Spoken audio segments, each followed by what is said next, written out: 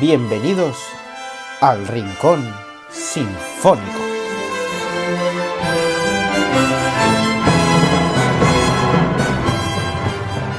Hoy os presentamos la Sinfonía número 5 en Si bemol mayor de Franz Schubert.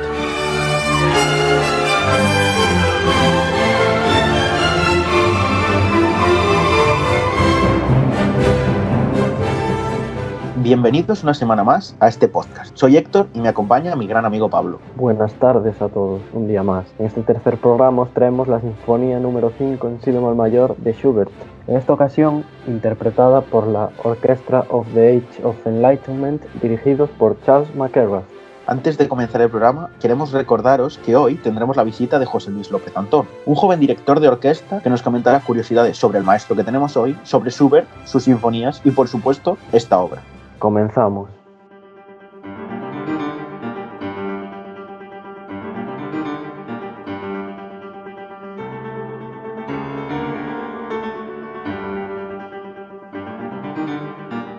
Franz Schubert nació a las afueras de Viena en 1797 y murió con tan solo 31 años en 1828, un año después que Beethoven en Viena. Curiosamente, su música no fue reconocida durante su vida y fue a partir de finales del siglo XIX cuando se interpretó con más frecuencia. Schubert se abrió camino con pequeñas obras para piano y más tarde con sinfonías, entre las que destacan su octava y novena. Su música es muy bella, pero al estar a la sombra del gran genio Beethoven, no encontraba ninguna orquesta que quisiera tocarla, y solo en las famosas Schubertiadas podía exhibir su música. Tenemos que aclarar que estas Schubertiadas eran reuniones de artistas de todos los ámbitos que formaban un círculo brillante y animado dedicado a la música y la lectura, organizado por la propia familia Schubert, por eso el nombre. Tras la muerte de su madre y de 10 de sus hermanos, tan solo le quedaba su padre, maestro de escuela y sin buenos medios económicos, y un hermano, y fue con ambos con los que se inició Schubert en la música. Schubert era un gran cantante e ingresó en la Staatskonvikt, escolanía de la Catedral de Viena, institución la cual lo becaba, mantenía y le daba la oportunidad de tener como maestro al compositor del que ya hemos hablado, llamado Antonio Salieri. Pero en 1813 le cambió la voz, y esto hizo que no pudiera seguir cantando, así que no tuvo más opción que trabajar como asistente de su padre en la escuela, a pesar de que no le gustaba la idea. A partir de estos años es cuando salen a la luz sus primeras obras maestras, como la sinfonía que tenemos hoy, o como el Lied, El rey de los elfos, inspirado en un poema de Goethe, el que estamos escuchando.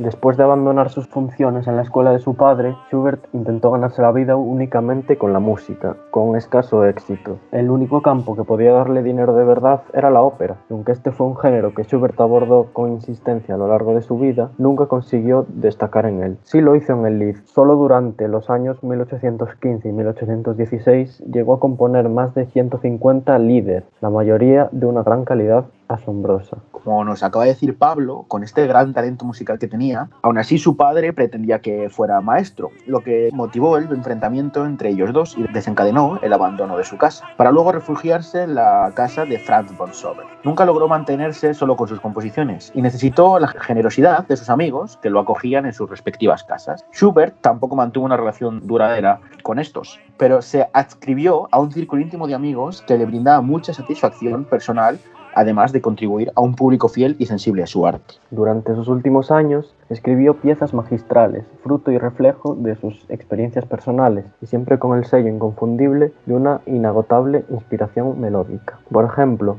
una tensa profundidad marca su Wanderer Fantasy para piano solo, o el ciclo de Lieder La Bella Molinera, estos últimos inspirados en poemas de Wilhelm Müller. En 1824 escribiría La muerte y la doncella, uno de sus cuartetos de cuerda más conocidos, y ya hacia el final de su vida, el intenso dolor y el aislamiento dejaron su huella en el Winterreise.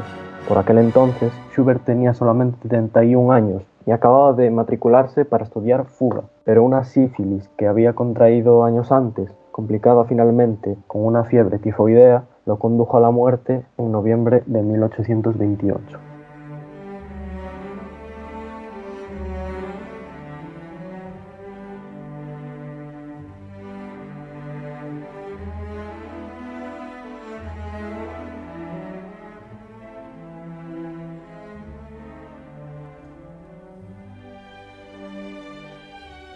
Como anécdota, antes de acabar, hay que decir que en octubre de 1822 comenzó su Sinfonía en Si menor, la que estamos escuchando, pero tras 2 movimientos escritos y pasados a limpio y empezado el tercero, la abandonó. No sabemos a ciencia cierta el motivo, pero podría deberse a un trastorno de bipolaridad. El manuscrito con ambos movimientos completos pasó a manos de un amigo, que lo conservó en un cajón durante más de 40 años. Así, en 1865 se lo entregó al director Johann von Herbert, quien en diciembre de ese mismo año dirigió en Viena el estreno de la obra incompleta. Por esto, esta sinfonía es conocida actualmente como la Octava Sinfonía Incompleta.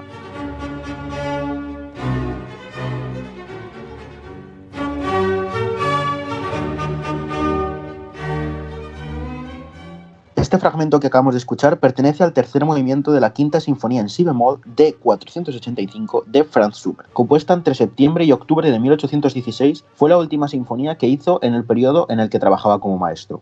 Es una de las sinfonías más populares de Schubert, y al igual que el resto de estas composiciones, no fue editada por el compositor en vida, sino que la editaron en 1885, habiéndose interpretado por primera vez en público en el Palacio de Cristal de Londres en 1873. Consta de 4 movimientos, siendo la sinfonía más vienesa de las compuestas por Schubert, aludiendo reiteradamente a Mozart y a su Sinfonía número 40, que escuchábamos en el primer programa. Así es, Schubert pensó la orquestación peculiar que tiene esta sinfonía y que nos va a desglosar Pablo a continuación, utilizando los instrumentos de los que disponía la orquesta familiar de Otto Hadwick, para el que estaba escrita dicha sinfonía. Estos músicos, amigos y familiares de Schubert, el cual el propio Schubert tocaba la viola en estas interpretaciones. Esta familia disponía de pocos instrumentos, haciendo que la orquestación sea de una flauta, 2 oboes, 2 fagots, 2 trompas y la sección de cuerdas, eliminando curiosamente los clarinetes, las trompetas y los timbales, instrumentos tan usados en esta época como hemos visto en los anteriores programas, quedando así casi una sinfonía de cámara. Esta quinta sinfonía es una composición llena de dulzura y luminosidad, en contraposición a su antecesora, la Sinfonía Trágica, renunciando ahora a lo dramático y llenando de optimismo la música de esta composición.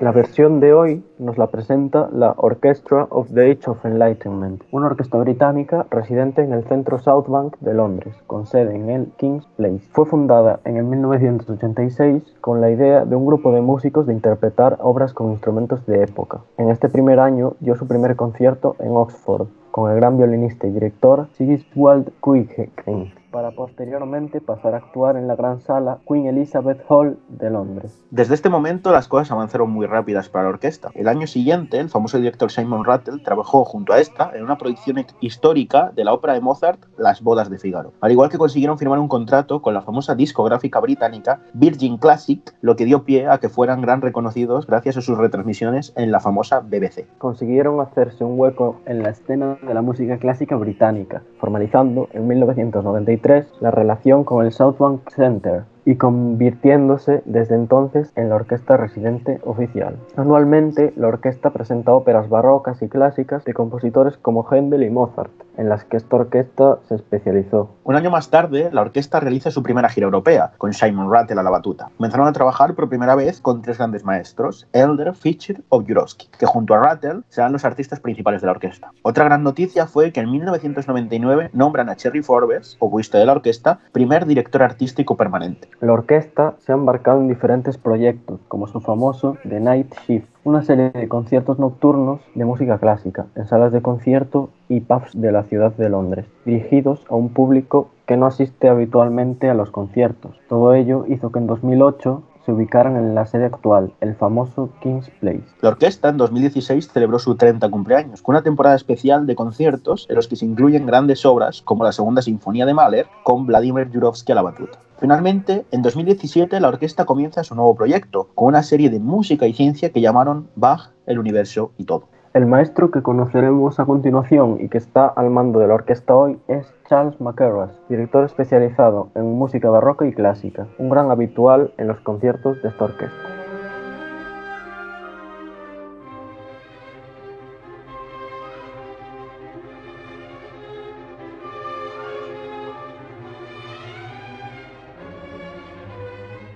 Alan Charles McKerras nació el 17 de noviembre de 1925 en Nueva York. Como ya hemos oído antes, es un director especializado en repertorio barroco y clásico, que ha impulsado la difusión de la música checa y la grabación de óperas inglesas. Hijo de australianos, volvió a Sídney a una corta edad para estudiar flauta y oboe, antes de especializarse en dirección de orquesta. Desde 1946 se afinca en Inglaterra y asiste en la ciudad de Praga, donde más tarde le nombraron ciudadano de honor, a los cursos de Vaclav Talić, director y violinista checo que le marcó en su visión musical. Desde 1948 trabaja asiduamente en Londres en la dirección musical y artística del Teatro Charlotte Wells, dirigiendo en el Grand Covent Garden. Durante los años 60 dirige con frecuencia en Alemania, donde es director invitado de la Ópera Estatal de Berlín y más tarde de Hamburgo. Dirigió en grandes salas de ópera como el Metropolitan Opera House de Nueva York, la Ópera de París o en la inauguración de la Ópera de Sídney. En la Ópera Nacional de Gales destacan sus interpretaciones de las obras de Janáček o el Gran Tristán e Isolda de Wagner. Uno de los momentos claves en su carrera fue la reapertura del Teatro Estatal de Praga, donde representa a Don Giovanni, en el bicentenario de la muerte de Mozart. En los años 90 fue principal director invitado de la Orquesta de Cámara Escocesa, de la Royal Philharmonic Orchestra o de la Ópera de San Francisco. En la era del 2000, McKerras es nombrado principal director invitado de la Philharmonia Orchestra de Londres o de la Orquesta Filarmónica Checa. Desgraciadamente, McKerras muere después de una larga batalla contra el cáncer el 14 de julio de 2010. Queremos despedir a este director con una frase que dijo en 2006 en una entrevista. Si por algo seré recordado, probablemente será por Janáček. Nadie tuvo que decirme que Mozart, Haydn o Händel fueron grandes compositores, mientras que de Janáček nadie había oído hablar.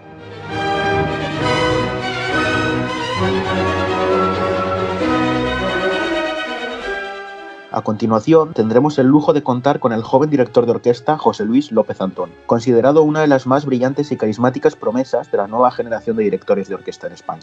En muy poco tiempo, su carrera está teniendo un gran ascenso. Ha dirigido las principales salas de España a grandes orquestas como la Orquesta Sinfónica de Radio y Televisión Española, la Joven Orquesta Nacional de España, la Orquesta Sinfónica de Castilla y León, la Orquesta Sinfónica de Navarra, la Orquesta Sinfónica del Principado de Asturias o la Orquesta Sinfónica de Málaga, entre otras. Destaca también su dirección en orquestas del panorama internacional, como la Orquesta Filarmónica de la Ciudad de México, la Orquesta Sinfónica de la Universidad de Guanajuato, la Orquesta Filarmónica de Boca del Río o la Orquesta Clásica de Madeira. Se ha formado con grandes maestros como Miguel Romea, Andrés Salado, Achim Hollum o Andrew Gurley, del que ha sido director asistente en varias producciones, al igual que de los maestros Vasily Petrenko o Gordon Nikolic. Ha sido también asistente de la orquesta de la Universidad Alfonso X el Sabio. Actualmente es director titular y artístico de la Orquesta Sinfónica de Ávila.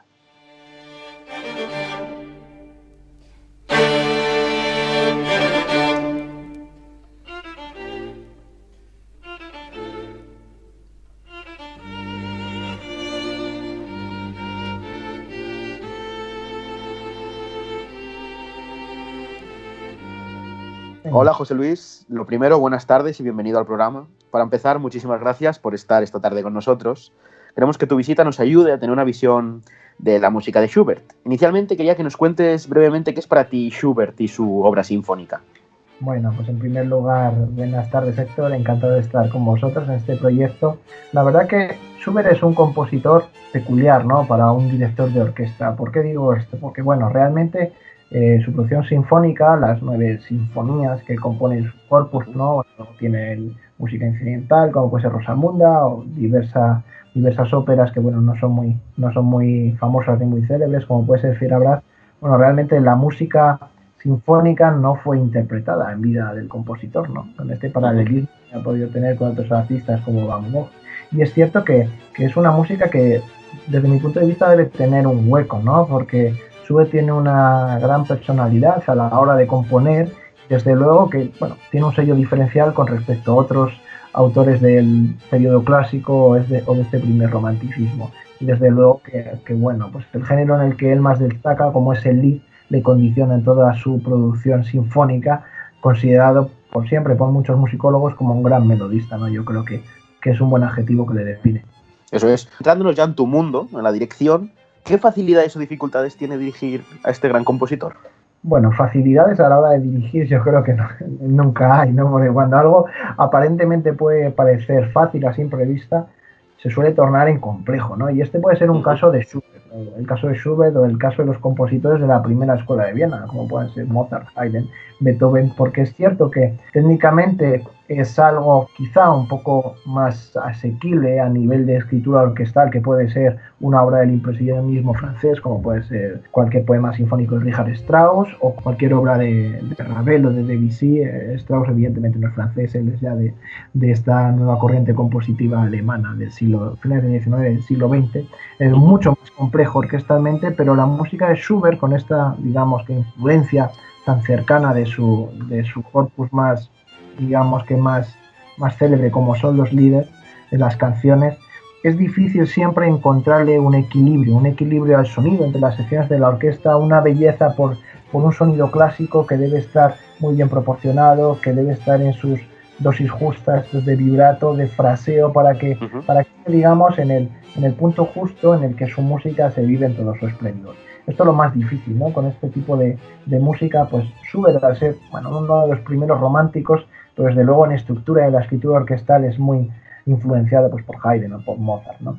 Y desde luego que bueno, yo señalaría facilidades pocas, ¿no? Más bien la dificultad estilística de encontrar un sonido global de la orquesta en el que todas las secciones estén en sincronía, pues en la cantidad de arco, en el tipo de vibrato o no, en el tipo de sonido al entrar en la cuerda, también en el sonido de los vientos, esto sin entrar también en una disquisición de interpretación historicista que sería quizá, bueno, pues para otro capítulo. Pero bueno, en resumen yo creo que lo podemos señalar como la belleza en el sonido, y encontrarlo de una manera orquestal es lo complejo, más que lo fácil en este caso. Bueno, como hemos ido escuchando durante todo el programa y como nos acabas de decir, el sinfonismo de este gran compositor es digno de admiración y viene muy marcado por la gran composición del líder que tuvo. Pero, ¿qué características sinfónicas nos podrías destacar en su escritura? Pues como he comentado antes, desde luego que una influencia, digamos, una continuación del estilo que había impuesto la primera escuela de Viena, ¿no? De este sinfonismo que inaugura Haydn con la atribución de Mozart y también de Beethoven.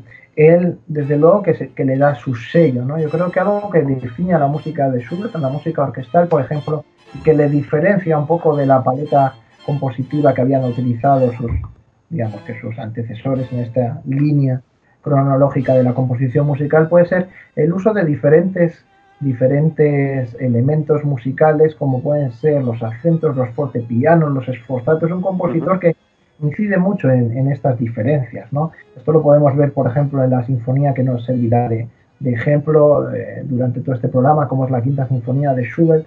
Él hace realmente mucha diferencia en cuanto tiene estas frases, este apoyo con el acento, donde realmente necesita un fortepiano. Yo creo que es una clara anticipación de este movimiento Sturm und Drang, que aparecerá en Alemania y en Centro Europa en este periodo en el que compone Schubert, así a principios del siglo XIX. Y desde luego que bueno, es algo que la producción sinfónica podría establecerse un paralelismo con un énfasis en diferentes secciones de esta línea melódica, al igual que las palabras definen el énfasis que puede tener la línea vocal, ¿no? Esto ya quizás es una aportación mía, o más que nada una imaginación mía de lo que él nos quiere transmitir, pero creo que sí que esta gran condición suya como gran compositor de canciones, de líder, le condiciona a la escritura orquestal, en el sentido de dotar a la vida melódica de este tipo de énfasis que se producen en un discurso hablado, ¿no? En un discurso en el que tenemos la palabra como medio para la creación. Bueno, y ya adentrándonos en esta Quinta Sinfonía, como bien acabas de decir, que si no me equivoco es una de las más admiradas también para ti, a nivel estilístico y musical, ¿qué podrías decirnos de esta composición? O sea, ¿difiere mucho dentro de sus 9 sinfonías? ¿Se parece mucho? Coméntanos un poco sobre esta genialidad. La verdad que la sinfonía número 5 de Schubert es diferente a las 4 anteriores en un sentido organológico, de la instrumentación en el orgánico que emplea. Es una sinfonía muy gamelística. Las 4 sinfonías anteriores partían de base de una orquestación clásica en los maderas y en los metales y en la percusión, ¿no? Pero con maderas a 2, las flautas, los clarinetes, los oboes, los fagotes, con trompetas, 2 trompas, en algún caso 4 trompas, si no recuerdo mal la trágica tiene 4 trompas, y el uso de timbal. Bueno, aquí lo reduce un poco a la mínima expresión, dejando, si no recuerdo mal, hablando de memoria, una flauta, 2 oboes, elimina los clarinetes, solo 2 fagotes, las 2 trompas, sin trompetas y sin timbal. Entonces esto le dota a la orquesta de un carácter un poco especial. Yo creo que es la búsqueda de la cámara dentro de la orquesta, es algo que puede definir mucho a esta, digamos que, esta característica tan propia de su lenguaje, que es un compositor de líder, ¿no? Este intercambio de este diálogo, intercambio de ideas musicales entre el piano y la voz, por ejemplo, podemos asemejarlo aquí como dialoga mucho entre esta sección de maderas que se ve reducida a la mínima expresión, incluso la sección de cuerdas. Recuerdo una versión de la Filarmónica de Berlín con una disposición orquestal un poco especial, donde situaba, no recuerdo el director, pero situaba a los vientos en la primera línea, ¿no? Como si fuera una especie de concierto para vientos y orquesta, y la sección de cuerdas justo detrás, favoreciendo esta interacción, ¿no? Rompiendo un poco, digamos que el prototipo, ¿no? De las cuerdas en arco y luego los vientos detrás. Y desde luego que en ese sentido musicalmente está reflejado, ¿no? Porque se ve mucho el diálogo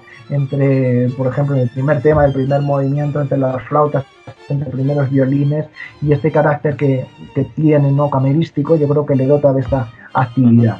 Desde luego es una de las sinfonías que, bueno, muchos directores comenzamos a estudiar a nuestro principio de carrera porque, bueno, se programa mucho en masterclasses de dirección, etcétera, la quinta de Schubert, y luego cuando, bueno, vas trabajando un poco el resto de su repertorio, la consideras algo especial, ¿no? Por este hecho, porque quizá rompe un poco el paradigma de lo que había hecho antes, pues con la trágica, por ejemplo, y lo que vendrá después, ¿no? Con la acabada, o sobre todo la grande. Y desde luego que es una obra muy interesante para obligar a la orquesta a forjar un sonido común, a escucharse, y desde luego que a tener un criterio más cercano entre ellos. Bueno, esto que nos acabas de comentar también es como hemos visto antes en el programa. Y bueno, como última pregunta, como nos he dicho antes, esta sinfonía hay que verla también a lo mejor con un punto historicista. ¿Qué nos puedes decir de este gran maestro que tenemos hoy y de la orquesta? Sí, desde luego que, bueno, Maquerras es considerado uno de los directores en la línea historicista, en la que pueden estar Harnoncourt o Briggen, por ejemplo, digamos que más consolidados dentro de la tradición discográfica del siglo XX. La orquesta de la Ilustración, así se podría traducir, ¿no? De hecho, Live es una referencia a nivel orquestal surgida, bueno, en la Inglaterra, si no recuerdo mal, en Reino Unido, junto con otras orquestas como puede ser la Academia St. Martin in the Fields, con Marriner, cierto tipo de agrupaciones, las que buscan un poco la profundización en este repertorio. Y sobre todo esta orquesta es particular porque se forma de una manera más asamblearia, por así decirlo. Ellos nunca han tenido un director titular, han trabajado con principales directores invitados. Maquerras fue uno de ellos, pero también compartió batuta con Franz Briggen, por ejemplo, o Sir Roger Norrington, si no recuerdo mal. Entonces, la propia orquesta es autogestionada a nivel artístico por la comisión artística, y ellos mismos se autoimpusieron incluso una especie de decálogo, ¿no? De huir de los pocos ensayos, huir del tocar por tocar y imponerse un compromiso real con hacer algo diferente en sus versiones, ¿no? Y huir un poco de la presión discográfica de tener que vender muchísimos ejemplares de un CD, ¿no? Para, digamos, que poner en valor la calidad artística. Y yo creo que es una orquesta en ese sentido que ofrece un punto de vista más fresco, precisamente por cómo fue su génesis, su compromiso a la hora de abordar este tipo de música. Digamos que, bueno, puede ser algo a tener en el radar para escuchar como una versión, por lo menos con algo especial que contar. Bueno, pues después de estos pequeños detalles que nos acabas de dar, muchísimas gracias por habernos dedicado estos minutos y espero que hayas disfrutado tanto como nosotros en este rato. Así que nada, un fuerte abrazo y de verdad muchas gracias. Otro para ti, Héctor, encantado, y nada, esperemos hacer mucho Schubert dentro de poquito.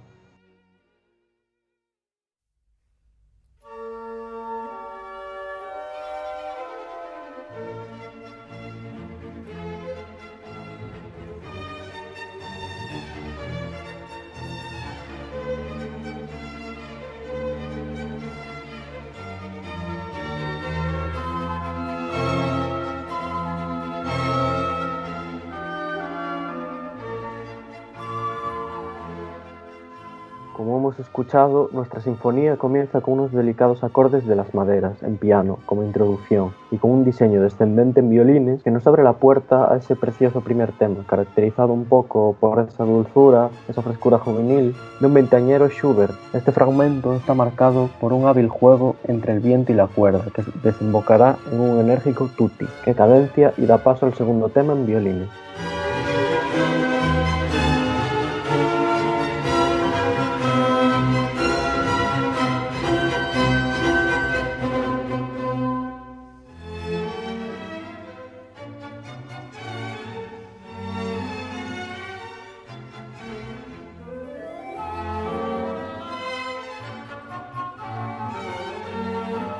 Nuevamente observamos esa naturalidad, esa sencillez en un tema simple pero de gran belleza, que pasa luego a las maderas para establecer otro pequeño diálogo con las cuerdas y finalmente realizar una coda enérgica y conclusiva en tutti. Como obra plenamente clásica, este primer movimiento está estructurado mediante la forma sonata, por lo que ahora llega a la sección de desarrollo.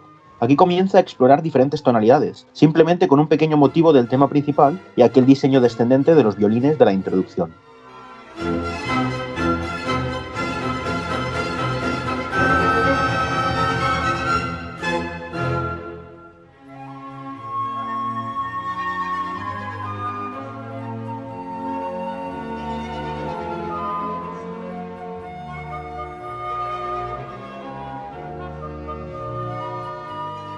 Continúa el desarrollo viajando por diferentes tonalidades, con estos pequeños motivos de la exposición, generalmente en tutti y con grandes contrastes de sonido, sobre todo en las dinámicas fuerte, piano y sforzando.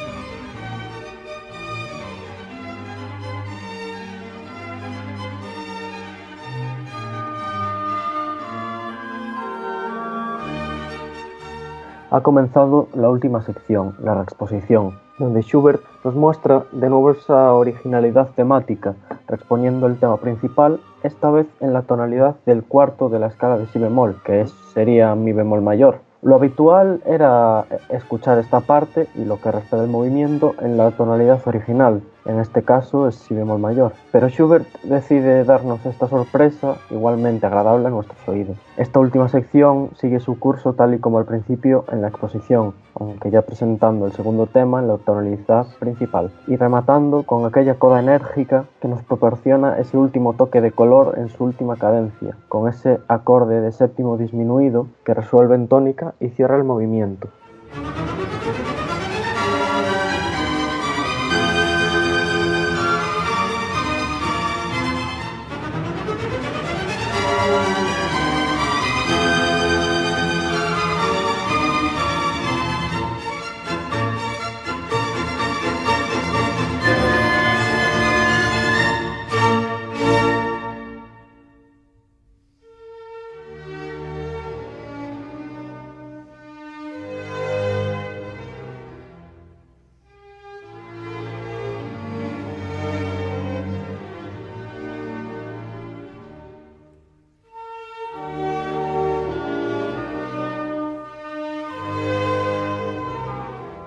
Este inicio del segundo movimiento que acabamos de escuchar, tenemos que decir que es el movimiento más extenso de la obra. Nos presenta una melodía pastoril y sencilla por la sección de cuerdas, que pronto apoya el viento para posteriormente comenzar a desarrollar esta idea entre las dos secciones. Este desarrollo nos muestra el primer diálogo, aunque no del todo claro, entre la cuerda y el viento que veremos en este movimiento, con los instrumentos agudos con mayor presencia, creando la melodía, mientras los graves, mediante síncopas, hacen un colchón perfecto para esta idea. Este primer tema será repetido, como indica Schubert en la partitura, antes de pasar al segundo motivo que escucharemos a continuación.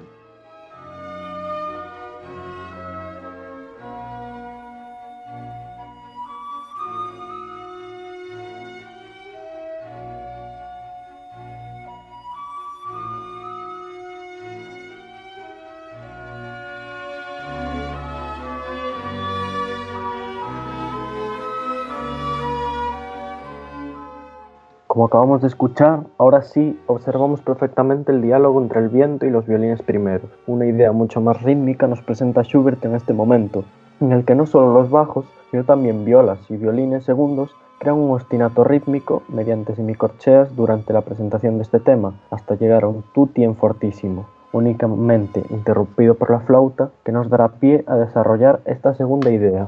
Finaliza este tema, antes de volver de nuevo a la idea inicial, con un ostinato de toda la cuerda sin la intervención del viento. Escuchémoslo.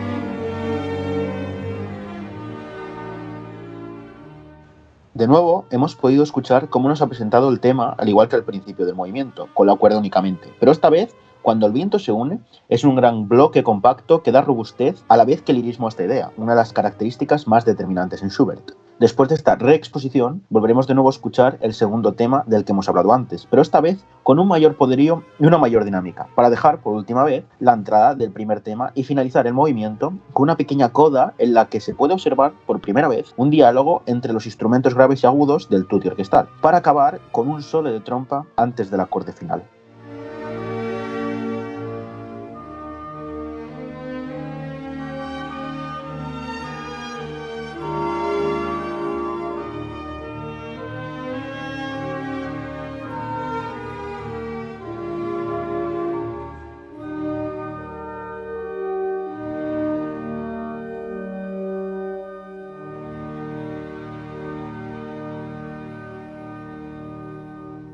Este minueto comienza con un tema que nos recuerda a ese último Mozart, sus últimas sinfonías, en concreto un poco a la 40 en sol menor, la misma tonalidad que este movimiento, e igualmente con unos recios y rudos acentos en sus melodías. Así, para comenzar, nos presenta Schubert dos veces este tema anacrúsico, con toda la orquesta al unísono, que zanja con un gran crescendo orquestal y luego lo vuelve a repetir desde el principio.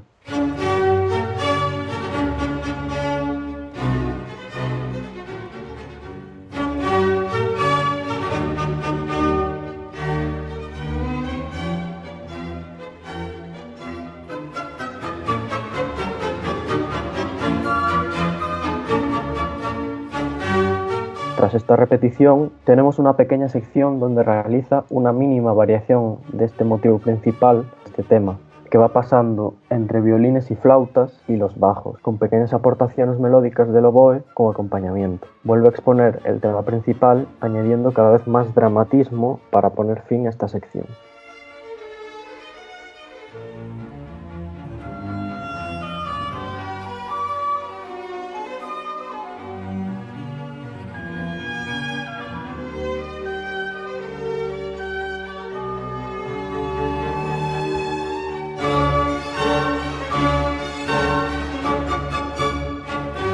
Esta nueva sección, el trío, parece recrear el aire de una danza pastoral, ahora en modo mayor, muy alegre y optimista, contrastando con lo anterior. Destacan en esta parte los instrumentos de viento-madera, que llevan la voz cantante. Escuchemos.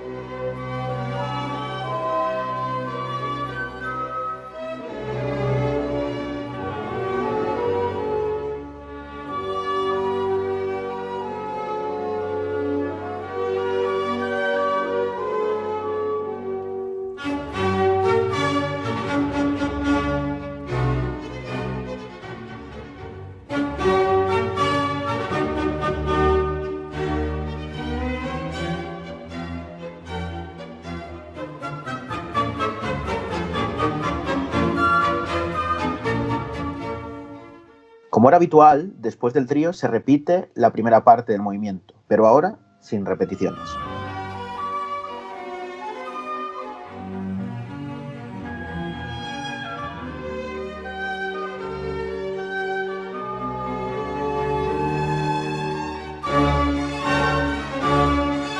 Para finalizar, escuchamos por último este tema principal que fue recorriendo todo el movimiento, seguido de un crescendo orquestal que da a un contundente tutti que pone fin a este movimiento.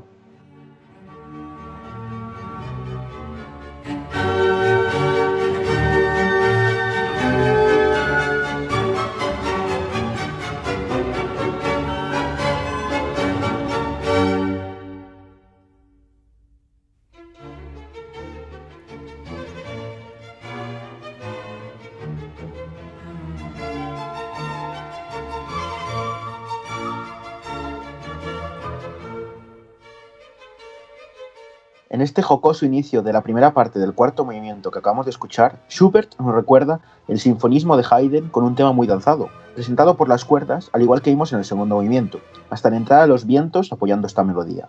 El motivo va creciendo hasta llegar a una semicadencia a la dominante, causando al oyente una sensación de no reposo, para volver de nuevo a presentar la melodía inicial. Este motivo se repetirá para pasar de pronto al segundo tema muy distante, como escucharemos a continuación.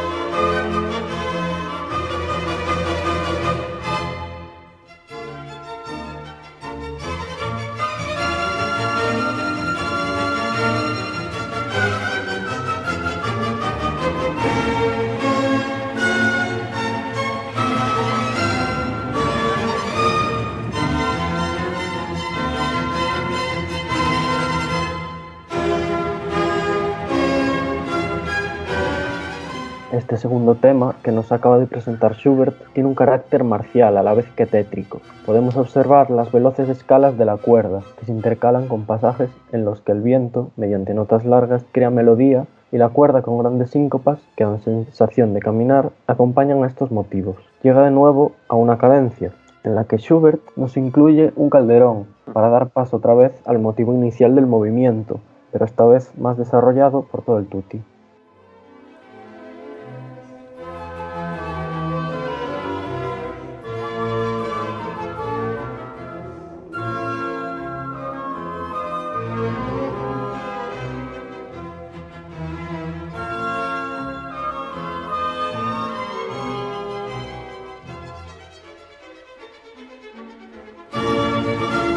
Acabamos de escuchar una nueva idea, en la que pasa a tener gran protagonismo el viento, para finalizar esta primera parte. Las cuerdas acompañan este motivo con un ostinato marcado en tresillos que dan gran sensación de estabilidad para acabar en una gran cadencia antes de afrontar la segunda parte de este movimiento. La segunda parte que estamos escuchando ahora mismo de fondo nos muestra la melodía mediante la cuerda grave y el viento, una nueva idea en la que tiene mucho más participación el viento, que comienza a dialogar con la cuerda en rápidas melodías, como hemos visto en los movimientos anteriores.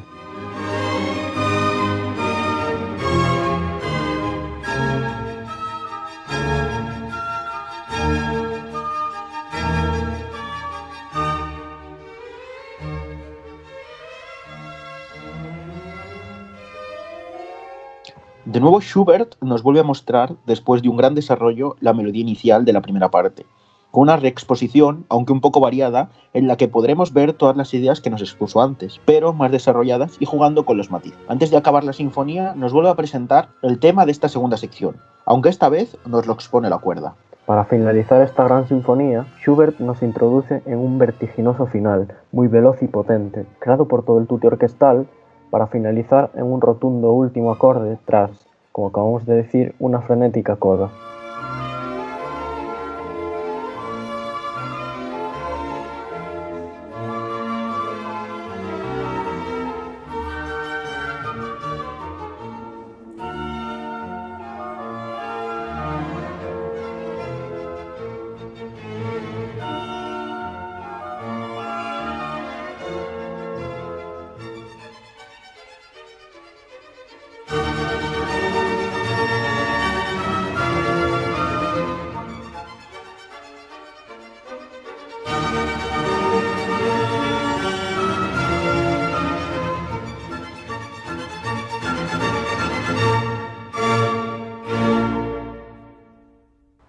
Con este agitado y rotundo final termina nuestro tercer programa.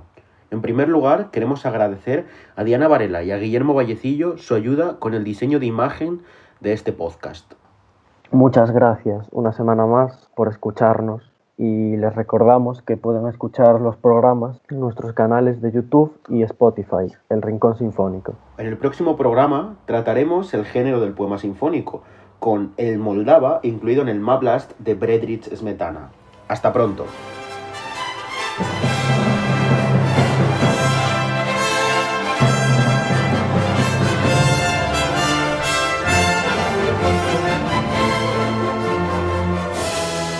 Muchas gracias a todos nuestros oyentes. Les habló Pablo Soto y Héctor Varela.